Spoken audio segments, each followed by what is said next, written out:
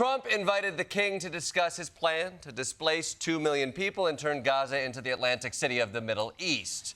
Which sounds pretty clear-cut to me, but apparently the nitpickers in the media still have questions. You've said before that the U.S. would buy Gaza, and today you just said we're not going to buy Gaza. We're not going to have to buy. We're not going to buy anything. We're going to have it, and we're going to keep it, and we're going to make sure that there's going to be peace, and there's not going to be any problem, and nobody's going to question it. There's no problem and nobody's going to question it? Trump is like a Jedi who doesn't have the Force. I'll take Gaza, nobody's going to question it. Nobody. No, is this thing working? Is this... But Trump has another plan to convince the haters. A charm offensive. It's a war-torn area. We're going to take it. We're going to hold it. We're going to cherish it.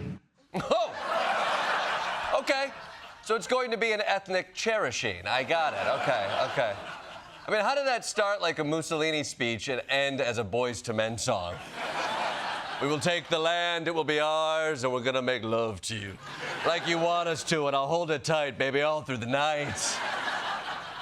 Now, one thing I find weird about Donald Trump saying he wants to run Gaza is that from what we've seen so far, he barely wants to run the United States.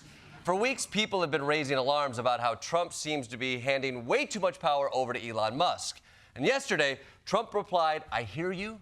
You want me to give more power to Elon Musk. President Trump setting new guidelines for hiring in the federal workforce while giving more power to Elon Musk and his team at the Department of Government Efficiency, or Doge. A new executive order directs government agencies to pursue large-scale cuts, saying they now need hiring approval from Doge. Yes.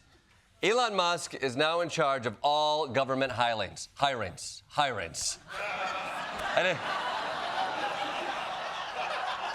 Sorry, I didn't say that right. I didn't say it right. Yeah, okay. Sorry. Okay. I don't know why I keep Hitler misspeaking. I don't know why I keep misspeaking. So this was already a pretty unusual thing for a president to do. But Trump being Trump, he had to make it even more ridiculous by introducing it with a full-on circus act in the Oval Office.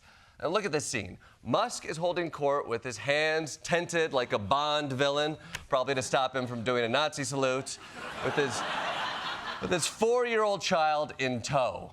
I mean, that poor kid, his dad literally runs SpaceX, and Elon took him to a meeting on federal spending. Dad, are we gonna get to see the rockets? No, son, we're gonna discuss budgets because I'm a shitty dad. I mean, everything about this event was so bizarre. Trump was sitting quietly for half an hour, retreating to his happy place, thinking about Arnold Palmer's giant Doge.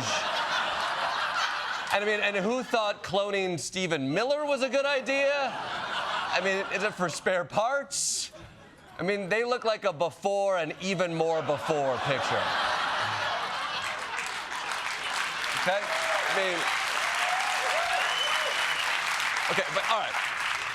Leaving aside this Renaissance painting done by the dogs playing poker guy, it's good that we have Elon Musk here, because we've been watching him slashing programs and shuttering agencies for a month now, and we can finally ask Elon, why are you doing this?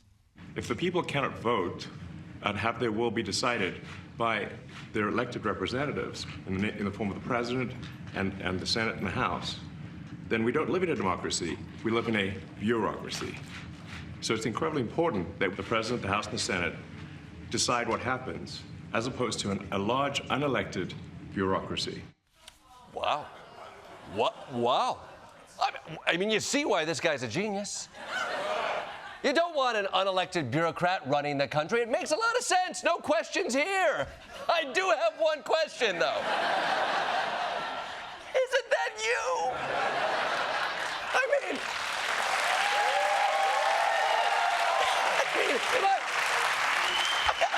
Am I going crazy? Because it feels like I'm watching Drake sing Not Like Us at karaoke.